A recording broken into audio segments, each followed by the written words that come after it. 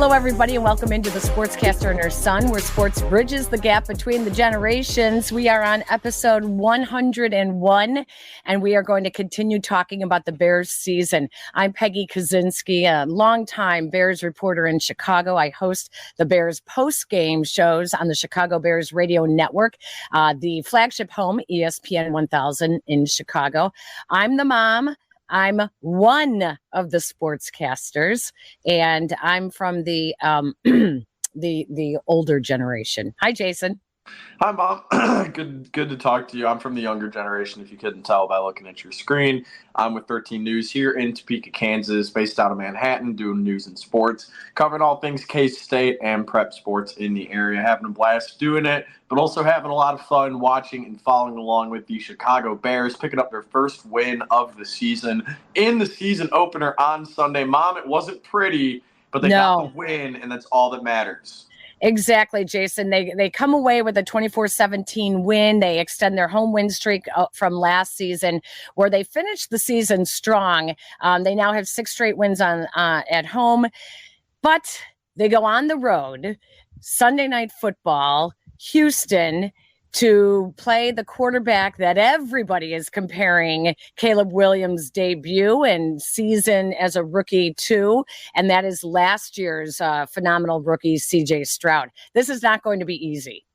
No, Mom, this isn't going to be easy at all. The Houston Texans are one of the best teams in the NFL. They've built this thing from the ground up with a strong defense and even better offense. Nico Collins and Stephon Diggs are 2 of the better wide receivers in the NFL. And as you mentioned, CJ Stroud, can't mention the Texans without mentioning him. He has just been fantastic as the Texans quarterback, now entering year 2, put up record numbers in his rookie year last season. Everything that Caleb Williams does this year will be compared to what CJ Stroud did last year. And so this game, the timing of this game is really interesting because, yes, the Bears won their week 1 season opener, but Caleb didn't look great. And there are probably more question marks after the game than there were before the game.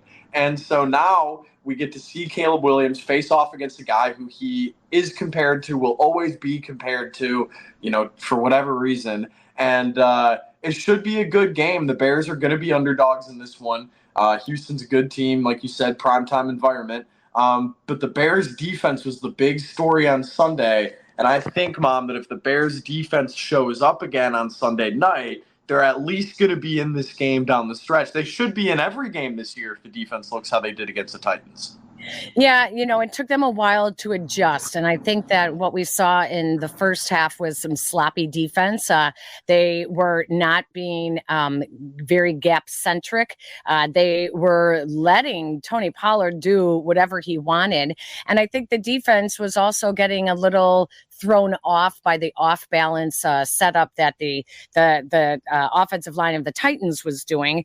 And they were having their way. I like.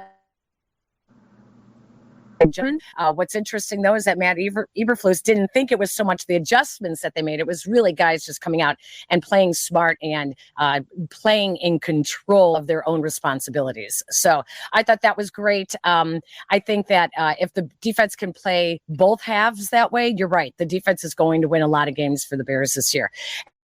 Last week, special teams. My goodness. Special teams for the Bears.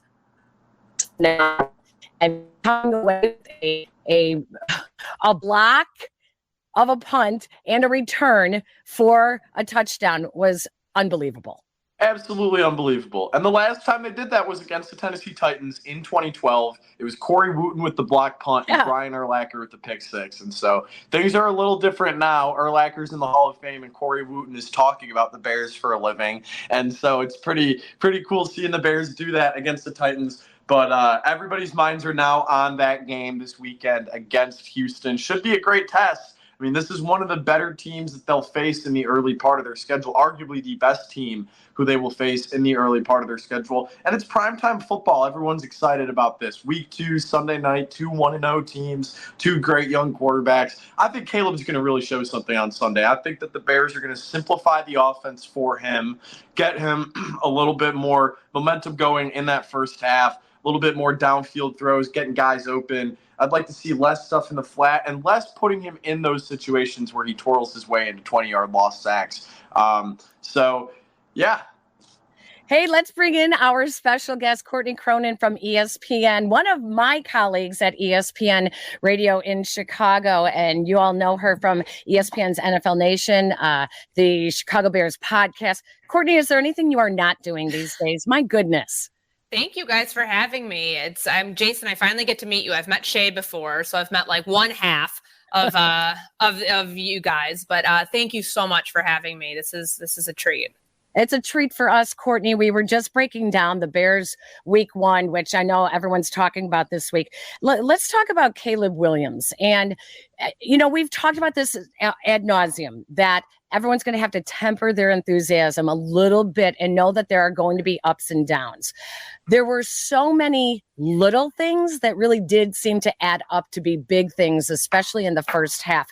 How much improvement can we expect just on a weekly basis? I think you've got to look at it from the overall body of work and why the offense looked so stagnant. And you get 93 passing yards from a quarterback who in moments looked like he had everything under control in the preseason.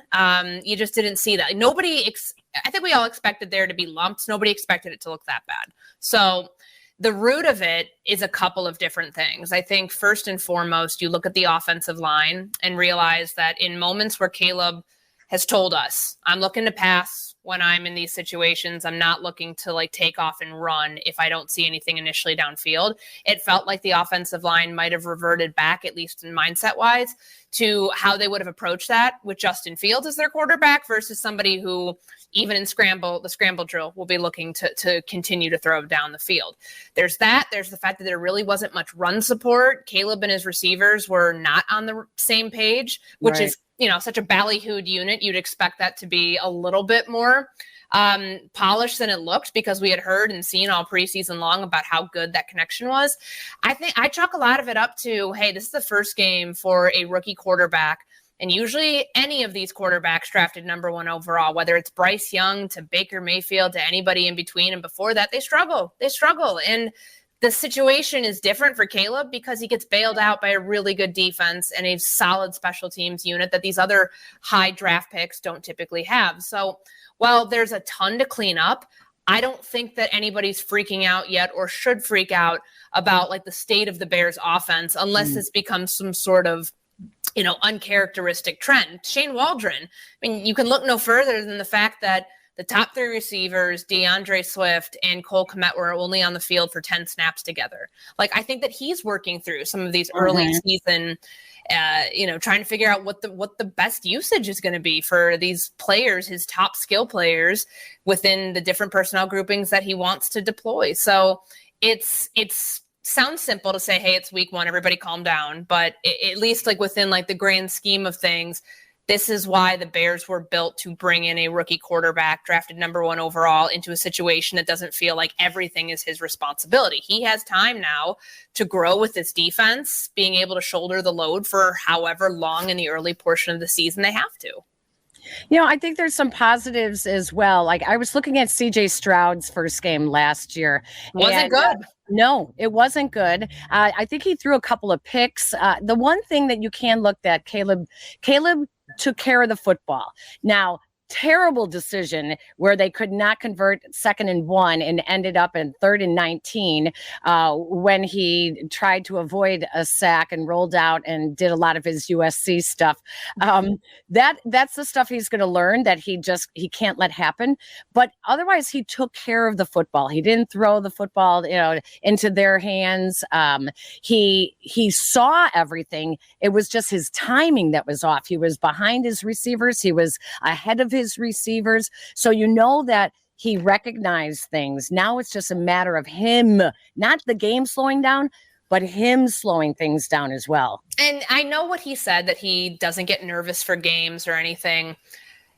I would venture to guess that he might have had his internal clock sped up a little bit faster than he was hoping to have had it during his first game, because, Tavondre Sweat is a big dude. Jeffrey Simmons is a game wrecker. Those are people that when they're going full speed, it's not the preseason anymore. This is real, and you're going to have to be able to, compensate for all of that in what you're doing, getting rid of the ball much faster than he has been. I mean, that's something, if there's any bugaboo for Caleb Williams coming in as the number 1 overall pick, it's that he held onto the ball too long at USC. Now, when you're able to make these Houdini-esque moves and get away from pressure and get away from defenders trying to tackle you, you can get away with holding the ball a little bit longer. Patrick Mahomes does it all the time because he can buy time to like fling it and find his guys down the field. But I think for Caleb, it's just like the anticipation of what this game was and what it was stacked up to be. Like, you sometimes see guys like, are you trying to play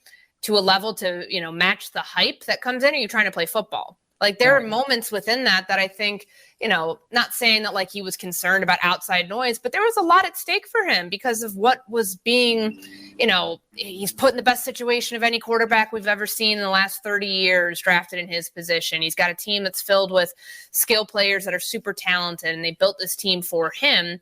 He had to match that. And I do think in moments there were times where he pressed, which is why you saw the overthrows on some of those throws, but also like he threw a perfect ball to Keenan Allen that was dropped at the goal line. There were situations where I didn't feel like they had enough run support for a rookie quarterback. Like, not all of it's on him, but he will ultimately be judged on how different it looks going from week 1 down to Houston in week 2.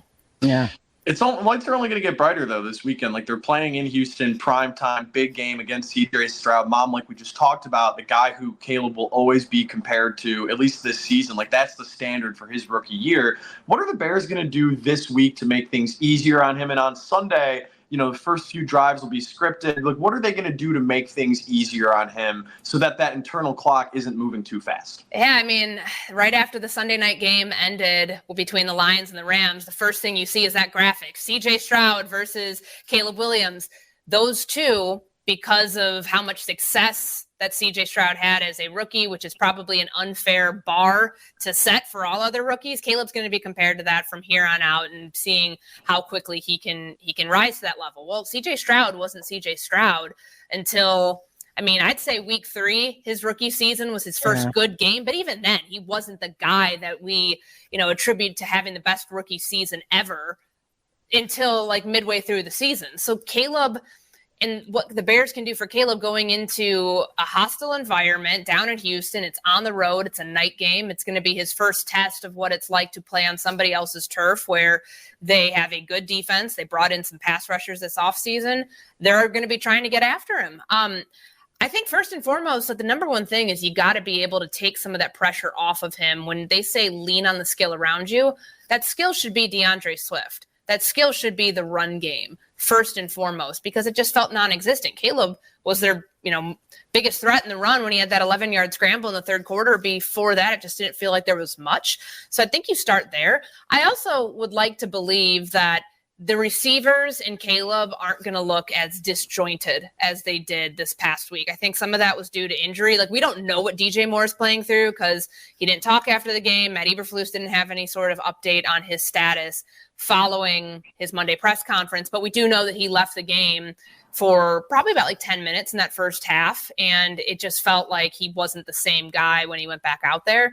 And same thing with Keenan Allen. So it's going to be tough to like kind of put all of that behind you and be like, all right, well, where do we pick up here? Like, but they also know that they've built that chemistry and they can lean in on that chemistry the way that they had throughout training camp.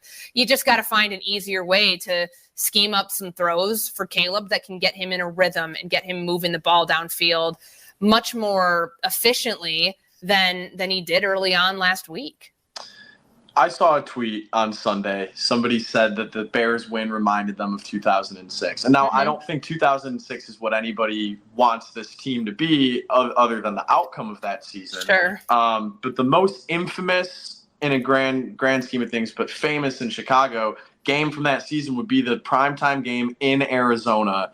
The Bears are who we thought they were. Is that the kind of game that we're going to need this Sunday for the Bears to win? Or do you think that the offense is going to step up a little more and we're going to see more of the number 1 overall pick, Caleb Williams? Oh man, I don't know. They don't have a Devin Hester on this team. As good as DeAndre Carter was on that 66-yard kickoff return, they don't have somebody who can break open the game the way that Hester did in that second half against the Monday night game in Arizona. But I think, Jason, it's okay for them to lean on the defense the way that they had in week 1, the first quarter of the season.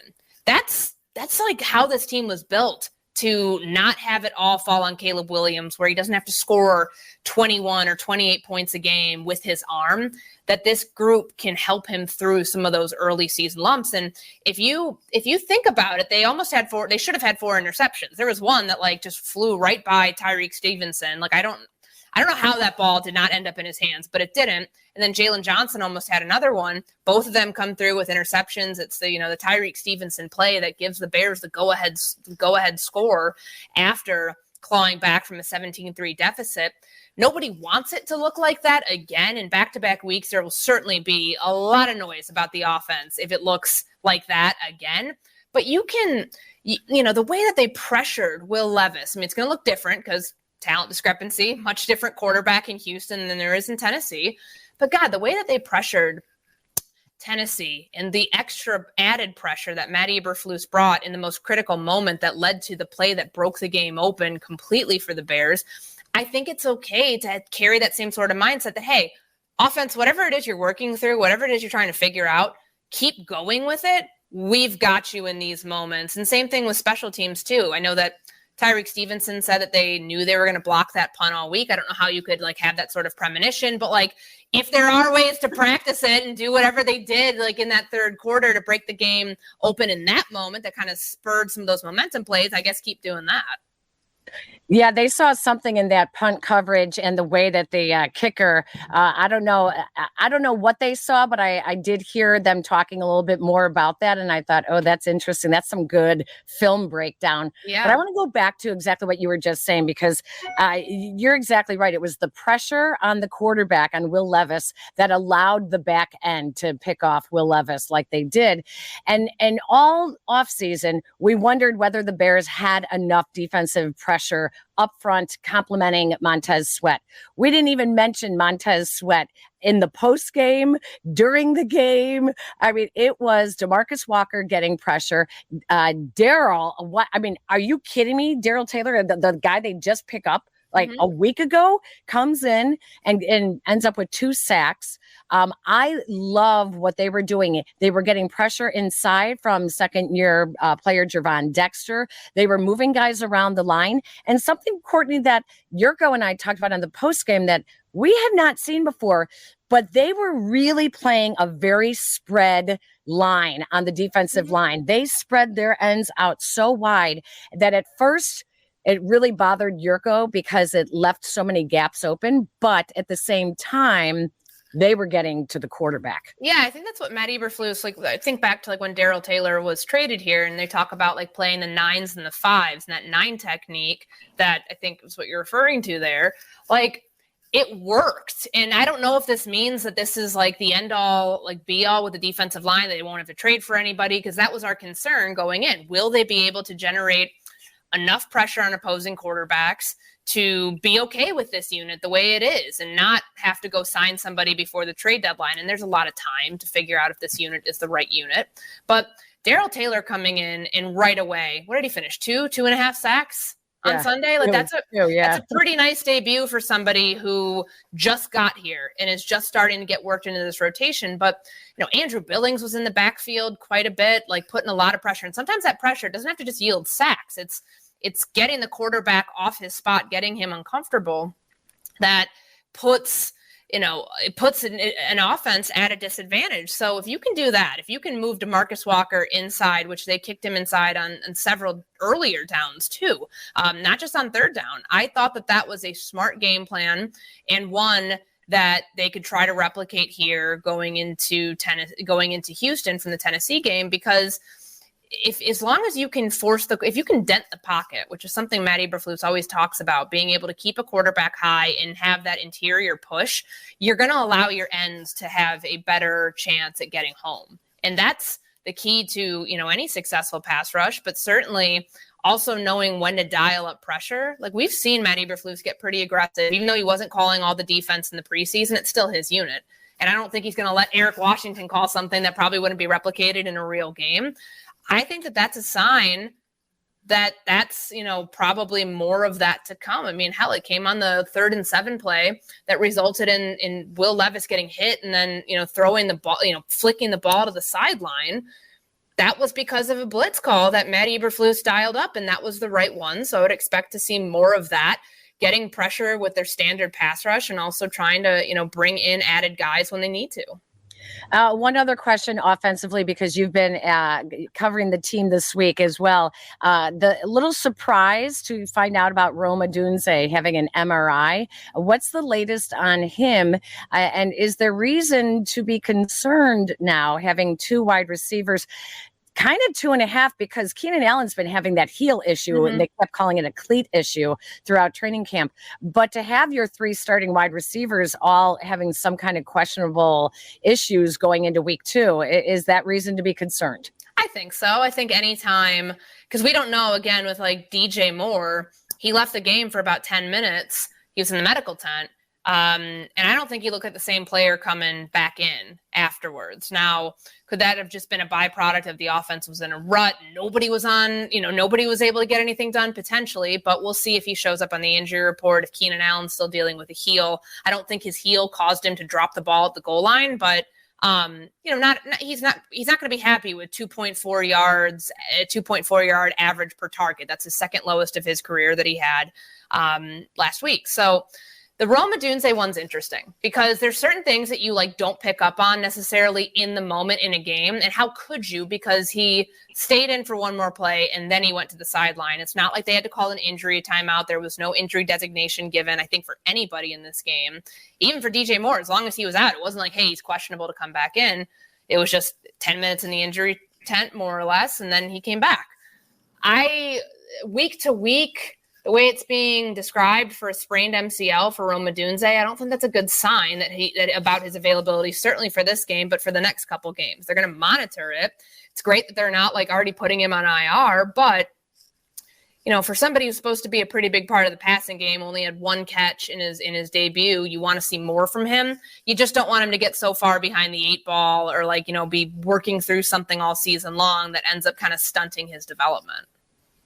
Aside from a win on Sunday, what is progress? I think that expectations for this game are a little different after how the Bears looked this past Sunday. So what do you think progress is if they aren't able to pull out a win? You got to see that passing game look a little bit more it looks like it has a little bit more of a pulse than it did in week 1. And, for Caleb, that's, averaging more than 3.2 yards per attempt. Just try to get the ball moving downfield. And some of that can be manufactured yards, an extension of the run game. What did we see throughout the preseason? Tossing the ball to DeAndre Swift, using your running backs in the screen game. I mean, the only screen that really sticks out to me is that one that was thrown to Gerald Everett in the first half, and that was right after the sack. And it's all right, well, where's this going? I understand it was 3rd and 29. It's not like you have a lot of plays for, when you're that far behind the sticks, but seeing more of that, honestly, trying to find what made them look like they were going to be a good offense and still could be a very good offense in the preseason, trying to see if that can be generated in a regular season game and having Caleb settle in too. I don't think when he was dreaming up his NFL debut for, as much as he says, I don't care about stats or anything else, he probably would have liked to have thrown a touchdown, whether, seeing that would probably be a good thing for his second game in the NFL, just to take some of the pressure off this offense just from the outside of, oh my God, what's happening to this group? We thought it was going to be so much better. It's number 1 overall pick. The expectations with him are unlike anything we've ever seen. And I'm not saying he has to live up to somebody else's expectation when he probably has pretty immense ones on himself. But you got to make this unit look I don't even know if anemic's the right word. I feel like it's just that it was just lifeless in the first game. Yeah. Last question for me. Hold on, Mom. Super quick. So many of the Bears' big dogs didn't step up on Sunday, and they still won. Who's one player who was silent this past Sunday who needs to have a big game in order for the Bears to at least be competitive in the fourth quarter of this one? I'll say DeAndre Swift because he was, 3 yards a carry. I think he totaled 30 by the time it was over, on 10 carries. That's just not enough. And Yeah, you don't want to run up the gut into Jeffrey Simmons, but so some of that's on him, some of that I'm sure is on play design, but I think that they've got to have a little bit more run support for their rookie quarterback this week, starting with their number one back. I think that we saw when they started picking up more running yards, they brought in Mercedes Lewis, and he came in blocking, and then it started opening things up. But Courtney, man, that offensive line had some problems last week. From Coleman Shelton at center, Tevin Jenkins looked like he was learning how to dance out there, and they started rotating. They said it was part of the plan to rotate Nate Davis at right guard. I find that kind of shocking going into week one if it's not out of necessity. Are there more problems on the offensive line than Ryan Poles thought, calling it his deepest offensive line he's ever had? Yeah, I mean, it's like what they're saying is not matching up with their actions, which is not great. Nobody ever wants a rotation. That doesn't make any sense. Like that would be if they try to justify it as, we have a good competition there. That competition is supposed to happen in training camp, not in the middle of like the season. So they need to figure that one out and figure it out quickly, because you can't afford to be doing this 4 or 5 weeks into the season. But it shows you, like, if Nate Davis was everything they wanted him to be, they wouldn't have this planned rotation at right guard. And it's not injury related. It's not any of that. He wasn't on the injury report. So that's just like nonsensical. They don't think he's good enough right now to like give him that job outright. So that's why they're trying to work Ryan Bates in. If they felt that Nate Davis was a solid bet, then you don't mess with the offensive line. You just have Ryan Bates be like, sorry, injuries happened. Like you're dealing with the shoulder. Like you're just a backup for right now. And you work on that behind the scenes at practice, not letting it play out in the middle of a game. But Bates missed all of their preseason games, so he hasn't had those reps at game speed. You can continue this on for like a week, maybe 2, but by then they've got to figure out who their starting right guard is, because you can't continue this charade and say, oh, well, it's just because we have such great competition. You let results speak for themselves, not like, okay, well, you need to give this guy this many snaps and this guy this many snaps. Like we saw that last year when they were rotating out of necessity, like you mentioned, Peggy, like centers. Like that's not something that they want to have to do with any part of the offensive line. All right, finally, before we let you go here, Courtney, the Bears have talked about a fast start. They get the first win, not exactly as they were expecting to get it, but they did. If they can come out of this first month at 2-2, that's considered a success.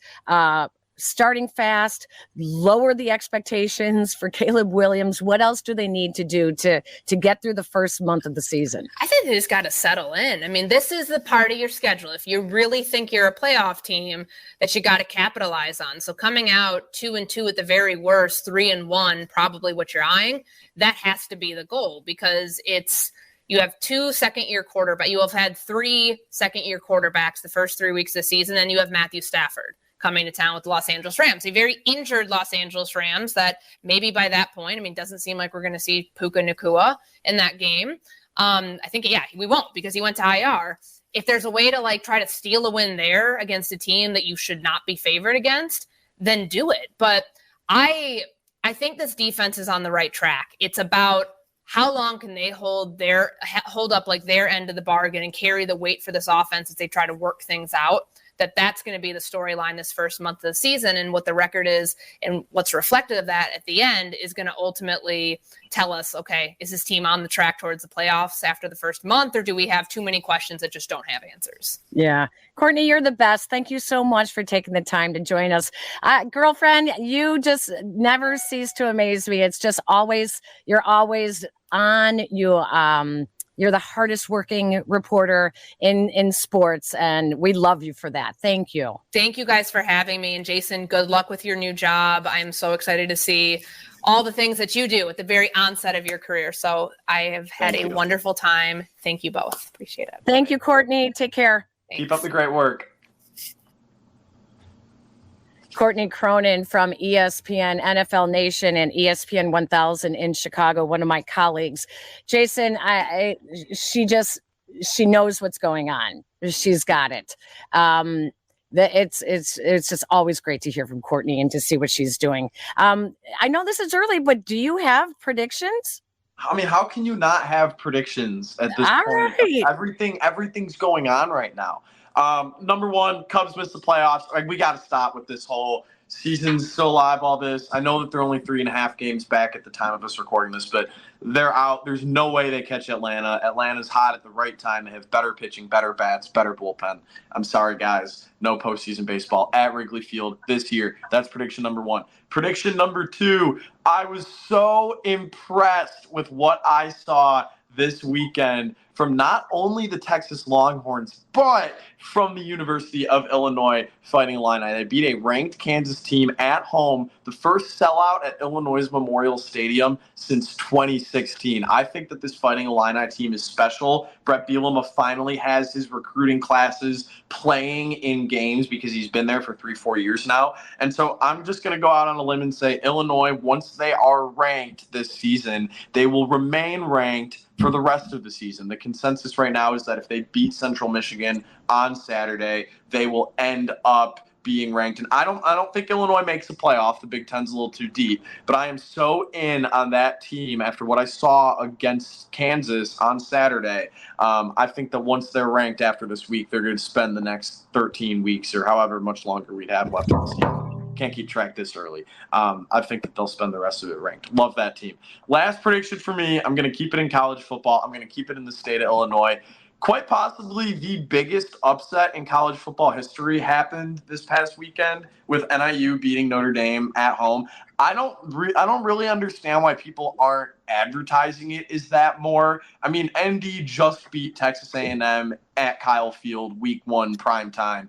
And then they go to South Bend and they lose to NIU. I am so in on this Huskies team. They're ranked now. They're ranked 25th. They have one more difficult game on the schedule. I can't remember who they play right now, but they play one more. I think it's NC State who they play. They play an ACC opponent on the road. Even if they lose that game, if they win out the rest of the way, that's a playoff team in DeKalb, Illinois, with the way that the new playoff works and the auto bid for the highest ranking Group of 5 champion.